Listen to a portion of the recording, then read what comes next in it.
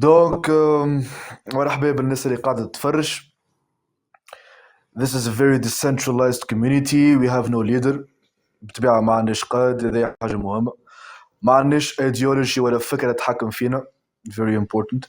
الجروب متاعنا قاعد يكبر بشوية بشوية، صحيح بوتيرة قصيرة ما قاعد يكبر. كل مرة يزيد يكبر، زوز ممبروات ممبر كل نهار. efficient صحيح، وشوية زيادة كيف كيف. أما that's how we build a community. sooner or later باش نوليو كبار. anyway، كي حلينا الكوميونيتي وبدينا السيستم في الكوميونيتي متاعنا، حبينا نركزوا وركزنا اكثر على التكنولوجي وكيفاش نجموا كيفاش نجموا نحسنوا في السيستم متاعنا ككوميونيتي ونخليوها اوتوميتد يخدم وحده. دونك fortunately انه احنا عايشين في عصر التكنولوجي فيه متطوره على الاخر بارابور اللي قبلنا الكل. اوكي، يعني بدينا كوميونيتي ما غير ما تلاقينا جمله وماناش انفلونسرز اصلا تو بيلد كوميونيتي، وسيرتو احنا تويكا نحكيو في حاجه حساسه برشا، ماناش نحكيو في جيمنج ولا نحكيو في حاجه ونسمعوا في حاجه حتى حد ما هو مغروم بها، which is fixing the country, loving your country. no one في تونس واللي هما اقليه يحبوا يحسنوا من البلاد، خاطر يخافوا يدخلوا في البوليتكس. اوكي، دونك كيفاش نجمنا نخليو الكوميونتي متاعنا قويه و en même temps ما ندخلوش في الحاجات الحساسه اللي هي البوليتكس والايديولوجي والليدرشيب، خاطر اي واحد في الكوميونتي يحب يولي عنده باور، واي واحد في الكوميونتي هذه يحب يفرض الايديولوجي متاعه، واي واحد في الدنيا هذه يحب يدخل للبوليتكس وينتقد غيره. اما احنا في الكوميونتي متاعنا نجينا نصلحوا البلاد، وبليتو مش نصلحوا البلاد، ما بدينا نحطوا في الفكره نتاع تصليح البلاد without a leader, without an ideology, without anyone in positions of power. علاش؟ خاطر استعملنا حاجه اسمها الرقمنه، كما قال بريكا بتون في الكومنتات العباد اللي قاعد تفرج في اليوتيوب، راهي رقمنه في تونس قصه حب لا ترى النور، واللي هي حاجه بالرسمي تاسف، خاطر في تونس هي الوحيده اللي الرقمنه نتاعها ما تخدمش، خاطر تمشي تترقمن وحدك في الاخر تمشي البلديه وتمشي لبلاصه تخرج الورقه بيديك. بريكا بتون قال لازم الشعب يدخل في السياسه وهو ما يخوفوا فيه. نقول لك حاجه، فما حاجه اقوى من السياسه بريكا بتون، which is fixing the country. فهمت؟ السياسه just a tool، راي just حاجه تستعملها باش تحسن the country. اما what really matters لازم يكون فما community كبيره تحب تحسن البلاد. اذا فما community تحب تحسن البلاد without an ideology تقول البلاد تتحسن واحده واحده. دونك ريفن عدلك الكلمه. لا اخوي كمل، احكي لين تكمل الدور نتاعك وبعد. اوكي، دونك باش وصلنا للمرحله هذه انه احنا ما عندناش ليدر، ولا هي ديسنتراليزيشن اللي نشوفوها في البلوك تشين والديفاي ويب 3 للعباد اللي تفهم في الانفورماتيك. هذوما دي تكنولوجي جدد كما كيف البيتكوين، تكنولوجي جدد ما عندهمش ليدرشيب، ما همش سنتراليزي في ليدرشيب معينه ولا سنتراليزي في بلاصه معينه. دونك الكوميونيتي نتاعنا تخدم كيما البلوك تشين بالضبط، تخدم كيما الويب 3 بالضبط، تخدم كيما الديفاي بالضبط. you know leaderless, we have no leader. بويسكو تونس بلاد حيه برشا وفيها برشا ايديولوجيز، فما اللي يقول لك انا عربي، فما اللي يقول لك انا امازيغي، فما اللي يقول لك انا يهودي، فما يقول لك انا مسيحي، فما واحد يقول لك انا مسلم، فما واحد يقول لك انا لا ديني. اوكي، عندنا lot of ideologies، واللي يخلينا موخرين في تونس انه نحبوا كل واحد يحكم بالايديولوجي نتاعو. So what about this? We take all the ideology نطيشوها على بعيد and we fix only in one goal, fixing the country. Do you understand? بريكا بتون قال اللي تعمل فيه انت توا هو السياسة، هذا هو. اي مش نقصد سياسة الاخرى، نقصد سياسة هذه داخلية. شوف طرش معناها السياسة ولا السياسة معناها تتبع القوانين السياسية اللي تحطهم لك ليتا. القوانين السياسية من اول معناها الحاجات الاوفيس انك تعمل حزب، احنا ماناش حزب. ماناش حسب كوميونيتي like literally community. اوكي anyway ما غير ما نحكي فيه برشا الموضوع. دونك باش لازم نوصلوا لحاجه اسمها ديسنتراليزاسيون ما عندناش ليدر. خممنا في حاجه اسمها التكنولوجي اللي الكل نعرفوها وحطينا السيستم توجذر ثرو اي اي وثرو زادا كيف كيف بي دي اف شيرد للعباد الكل اوبن سورس. لازم يكون ديما اوبن سورس باش العباد الكل تعرف وين ماشيه. اللي حاب يفهم يدخل معنا في الكوميونيتي. بروجيكت كارتاج فيها حاجات كل تحب تعرفهم على البروجيكت كارتاج. نبعث لكم الدرايف نبعث لكم اللينك نتاع الادميشن ديبارتمنت الخ الخ الخ. دونك خدمه كلها اون ليني وباش وصلنا انه ما عندناش ايديولوجي حطينا حاجه اسمها رولز. اوكي دونك التكنولوجي من غير رولز از nothing is nothing. دونك نعطي الكلمه الريفن. دونك نحن بدينا الموضوع نتاع اللايف اللي نحكوا على التكنولوجي وتحسينها في الحياة. أولا نحكي باش نضيف شوي نقاط. عندك أول حاجة قالنا في الكومنتاريات نحكوا على كواليتي في لايف.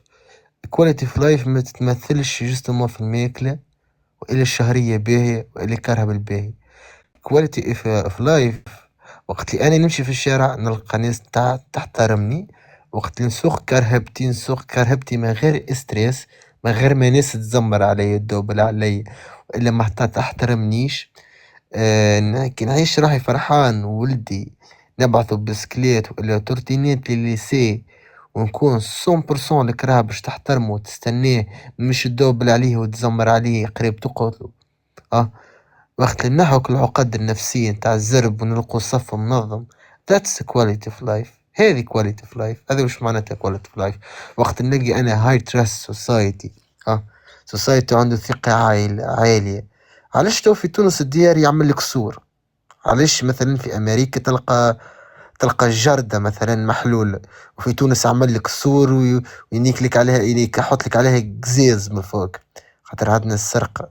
خاطر عندك سوسايتي فاسد ما عندوش ثقة في السوسايتي. علاش ما عندوش ثقة كذا ناقص ما عندوش هاي تراست سوسايتي. علاش أنا كي نمشي نقرأ علاقتي خايبة مع الناس الكل في النظام التعليمي. هذا شنو نحكوا على الكواليتي اوف لايف. اما مادام المهم اليوم باش نختاروا توبيك معين هذا ديجا حكينا عليه في برشا فيديوهات اخرين تلقاهم في اليوتيوب وتلقاهم موجودين مسجلين وما نشني واحد تلقى عباد اخرين.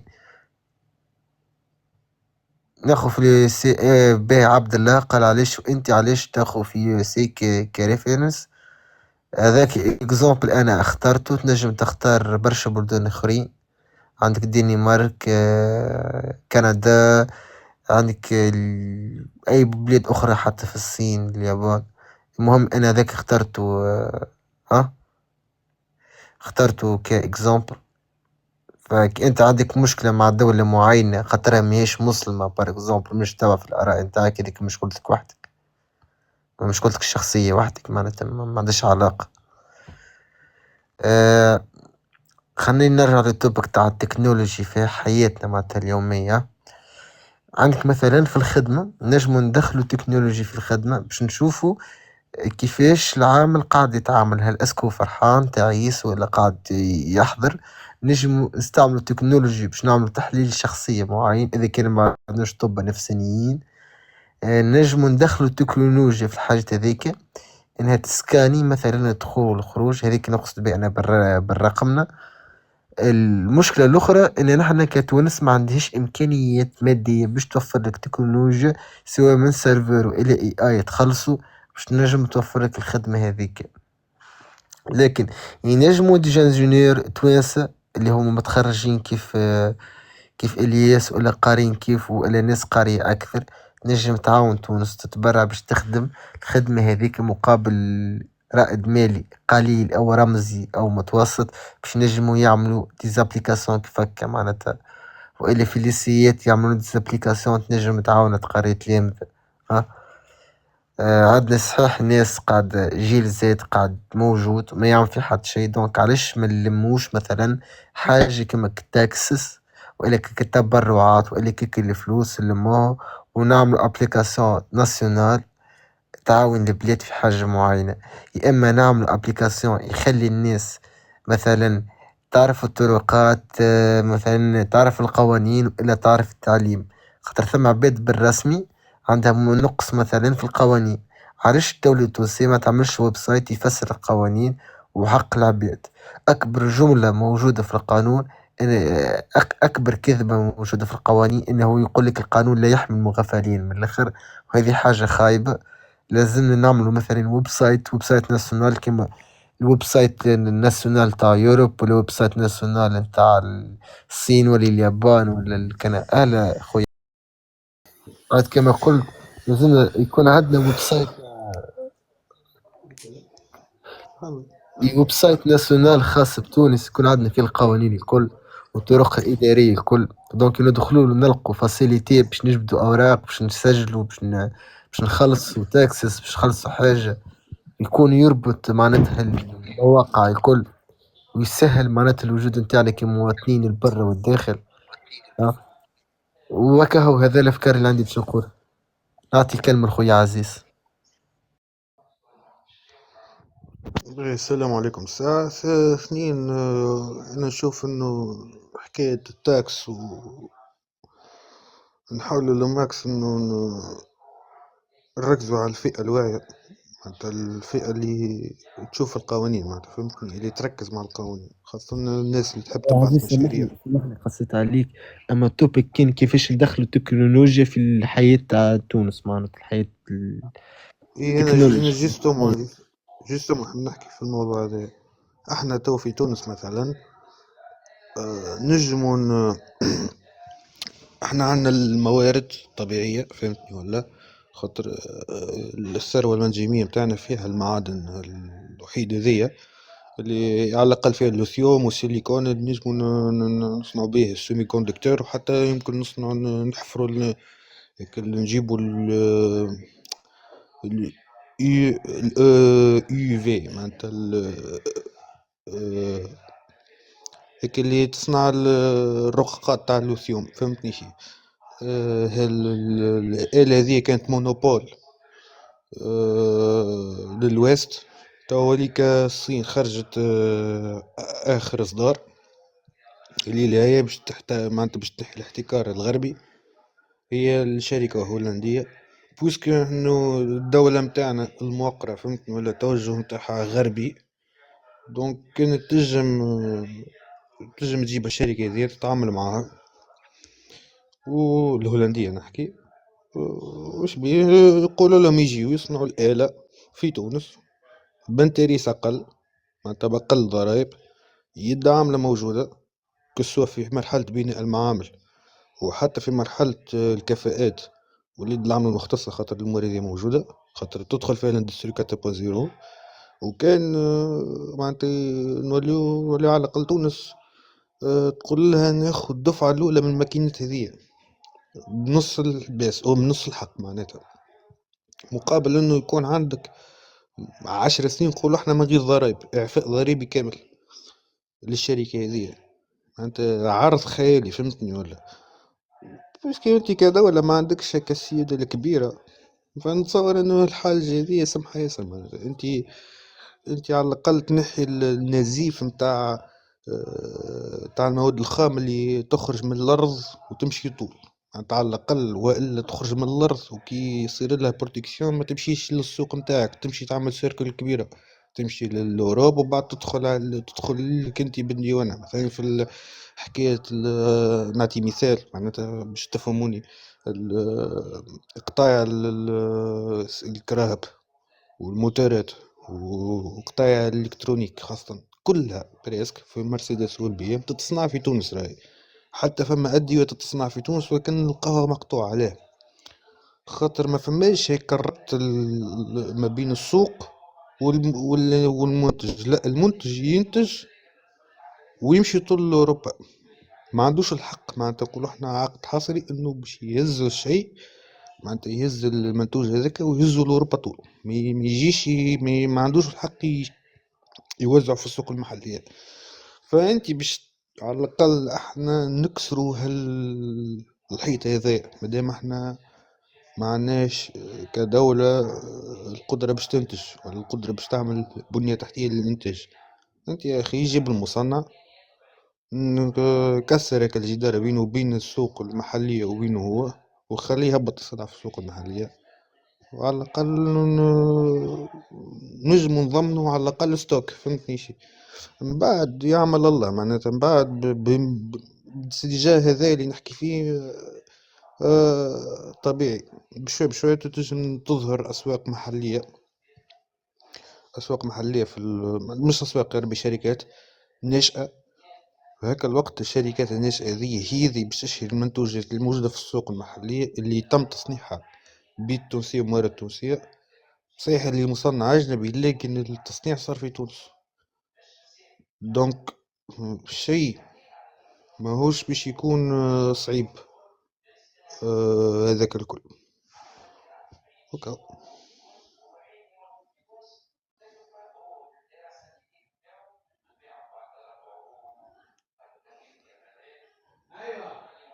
الو. أنا دونك كملت خويا عزيز. ماشي. عايشك خويا، عايشك خويا. أه كلو خويا باش تحكي ترو كارتاجينيان. دونك الحكاية صفاقسي الكل. ساعة يشرفني اللي انت صفاقسي، خاطر حتى انا صفاقسي، حتى حنا بال صفاقسية، ولاد بلاد معناها تسمى. يعطيك حتى انا الصحة. حتى انا صفاقسي زاد. حتى ريفن صفاقسي معنا. دونك بالكلمة دونك يعطيك الصحة على المداخلة بتاعك. ياسر عايش. حلوة، ياسر في حقك.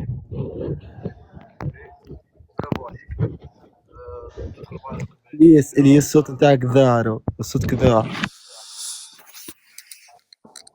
تسمع فيا توا؟ نسمو فيك أي. ما نسمع فيك، ما فيك. اوكي دونك هوني الرقمنة دورها شنية تنجم تعمل في تونس؟ اوكي،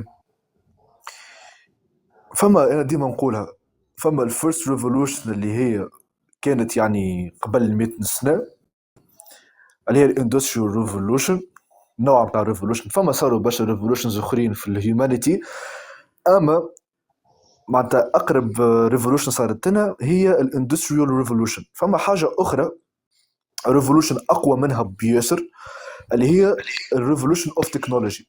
اوكي، كي نقول تكنولوجي نقول اي اي.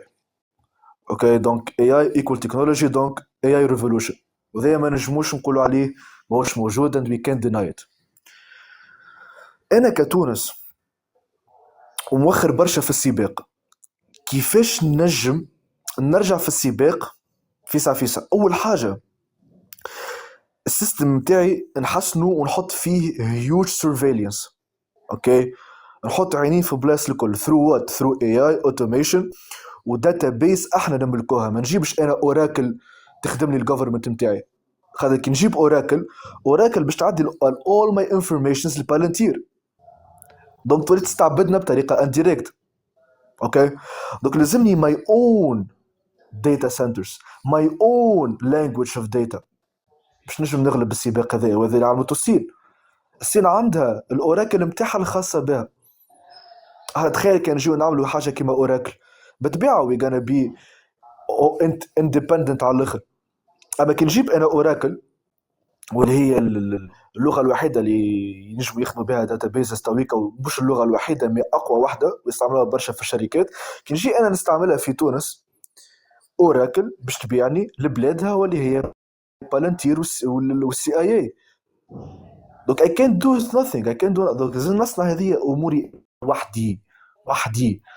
دونك تكنولوجي كيفاش نجيبها؟ عن طريق الدراسه والتعليم. كان حسنت الدراسه والتعليم متاعي بطريقه ديسنتراليزي، شو خلام دوكم نستعملهم باش نبني حاجه اسمها الاندبندنس في وسط الثوره.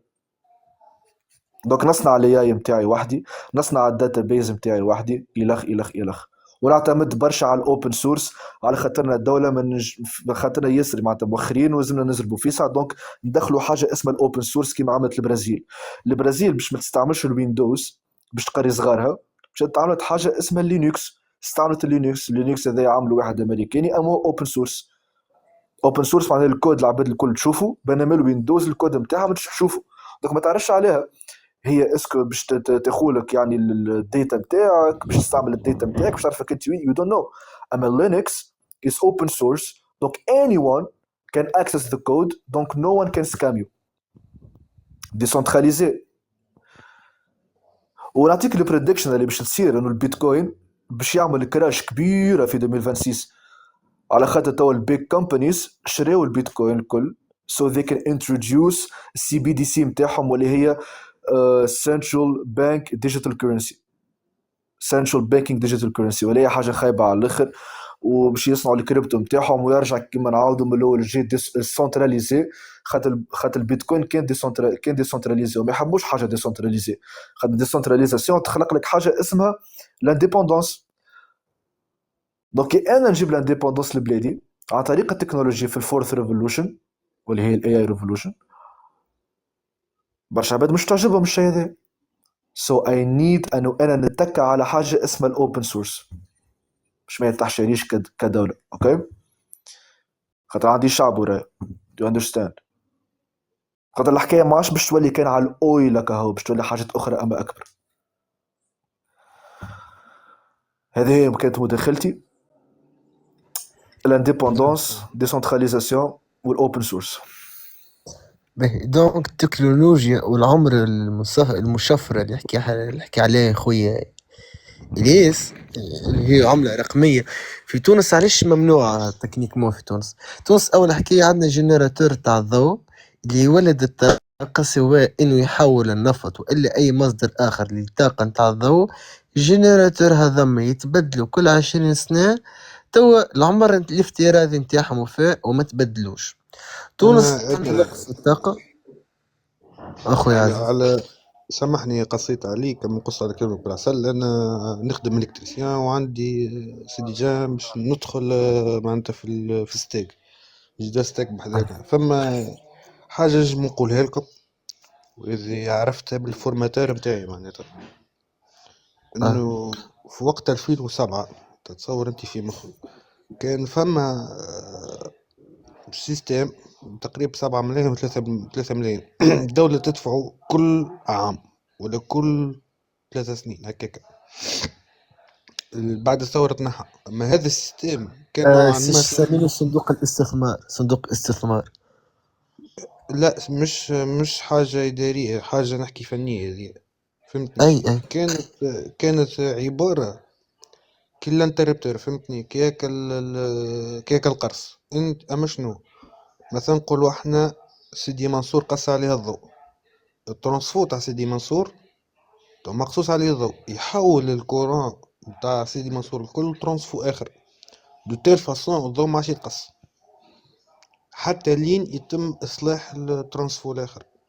البرنامج هذايا معناتها الحكايه هذيا السيستم هذايا اللي كان مركب في لي ترانسفو على الاقل في تونس كامله كان نوعا ما يسدد علينا برشا هم، فهمتني؟ معناتها كان قبل الضوء يتقص من با دقيقة 2 وأقل، تو ليك يقعد من نص ساعة ل4 ساعة. عليه خاطر السيستم هذايا نحاوه وما عادش حبوا يدفعوا عليه فلوس.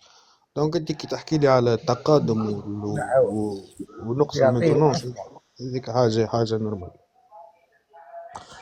أما صح كلام على الآخر. أما مثلا تونس عندها مشاكل في حكاية الجنراتور على الآخر. وعلاش العملة الرقمية ممنوعة؟ به تونس قادرة تعمل عملة رقمية خاصة بها، وإلا تخلي للشباب حرية حرية العملة الرقمية. أما مثلا ما عندهمش حرية التوليد خاطر مشكلة الطاقة، وإلا نخلي لهم مثلا الجنراتور خاصين بهم هم، وإلا نعطيهم حرية الطاقة الشمسية وإلا أي حكاية أخرى. علاش؟ خاطر العملة الرقمية كي تدخل لتونس تنجم نعمل بها استثمار.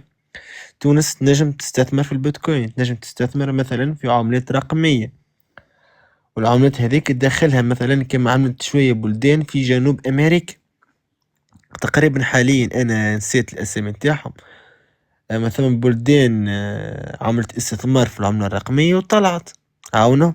تونس تنجم تخلي العملة الرقمية عملة متداولة ونعملوا لها ابليكاسيون خاصة في الدولة. السلفادور بار اكزومبل خلت عندها احتياط عملة رقمية، وخلتها موجود في البنك. تونس قادرة تخلي العملة الرقمية موجودة بابليكاسيون في التليفون، ونمشوا نخلصوا بها في المجازا، ونخلصوا بها في العطار، ونخلصوا بها الضوء، ونخلصوا بها الماء بار اكزومبل. بطبيعة العملة الرقمية تطلع وتهبط، دونك نحن يكون عندنا استثمار واضح، نشرو في اللي طايح، وقت اللي يطلع نعاودو نبيعوه، وهكاك تدخل فلوس والحياة ماشي. هذيك العملة الرقمية كيفك، دونك لازم نحنا نعرفو كيفاش نستعملوه. نحنا حرمناها. علاش حرمناها؟ خاطر عندنا برشا مشاكل، معناتها مشاكل تقنية، أنا ما عندناش محطات للطاقة باهية، واللي جينيراتور معناتها تاع الشي هذاك تستهلك برشا ضوء. والمشاكل معناتها المادية الأخرى، ها، إن نحنا تحب معناتها الدولة هي اللي تتحكم ديريكت في الفلوس. الدولة تحب الفلوس تتعدى على يديها. علاش بيبال في تونس ما خدمش؟ خاطر البنك المركزي يحب الفلوس تتعدى على يديه، خاطر ما عندناش ديفيز. دونك هذيك هي مشكلة العملة الرقمية. الدولة تحب تتعدى على البنك سنترال، والعملة الرقمية ما عندش مركز معين كما كان يحكي ترو كارتاجيني. دونك هذا اللي عندي باش نقوله. تو نعدي الكلمة لخويا عزيز. بارك الله فيك. أما سمعتك كما أنا نحب نقول لكم حاجة. احنا تو قاعدين بريسك نحكيو في الديتاي.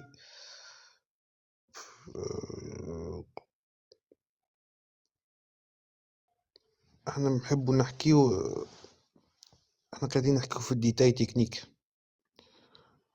مشكلة في الحديث متاعكم الكل صحيح، مش نقول لكم غلط، بالعكس انتم نجم نقول مزمر فيكم قاري قاري واصل للباك معناتها. فهمتني؟ مانيش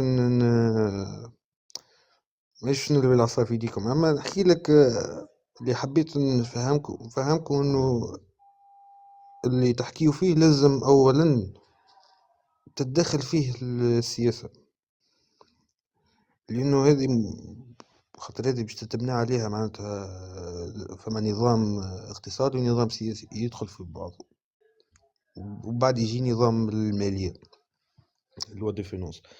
مشكلتنا احنا في تونس قبل ما نخمو على الاستقلالية الاقتصادية والتكنولوجيا والدخول في الصراع معناتها في الصراع التكنولوجي وفي التسابق هذا، لازمنا أول حاجة نضمنوا نوعا ما استقلالية حقيقية في القرارات معناتها الكبرى. منحبش نتعمق ياسر باش ما نتوزروش الناس الكل.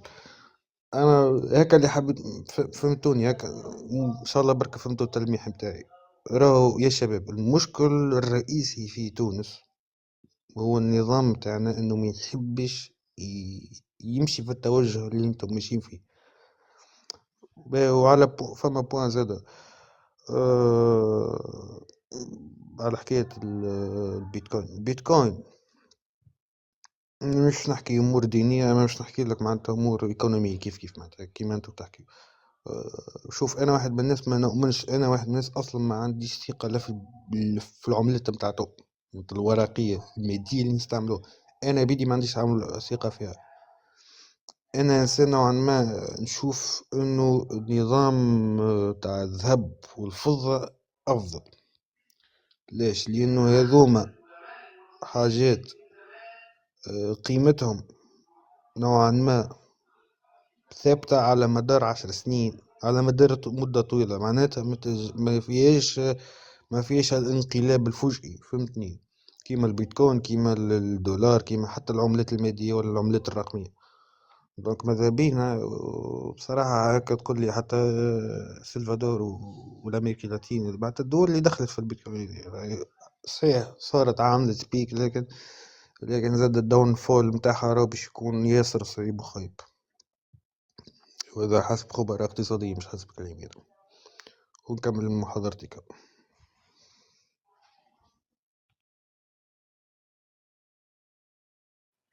كما قال عزيز، ماهيش حاجة تنجم تبازي عليها، خاطر الفيات كورنسي حاجة محطوطة سور ثقة العباد. دونك كان العباد الكل تختار انه ما عادش تستعمل الفلوس ما عادش تكون عندها قيمة، خاطر it's not backed by any gold ولا سيلفر ولا اي معدن ولا قيمة صحيحة ولوجيك.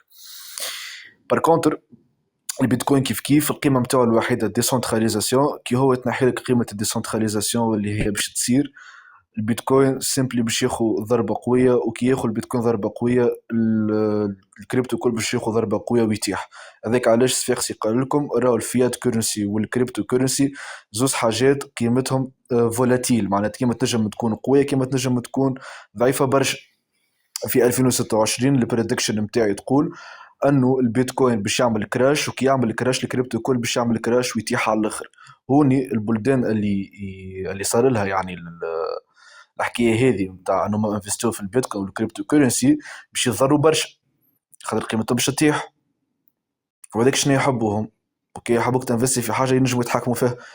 دوك انت تنفستي في حاجه ينجموا يتحكموا فيها، ينجموا يطيحوا لك الحاجه هذيك وسي بون ما عادش عندها قيمه، دوك ما عادش عندك باور، ما عادش عندك بوفوار.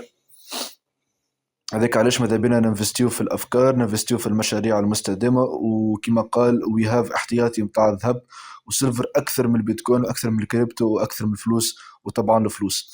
دونك نجمو نسكروا اللايف دويكا حنا بال.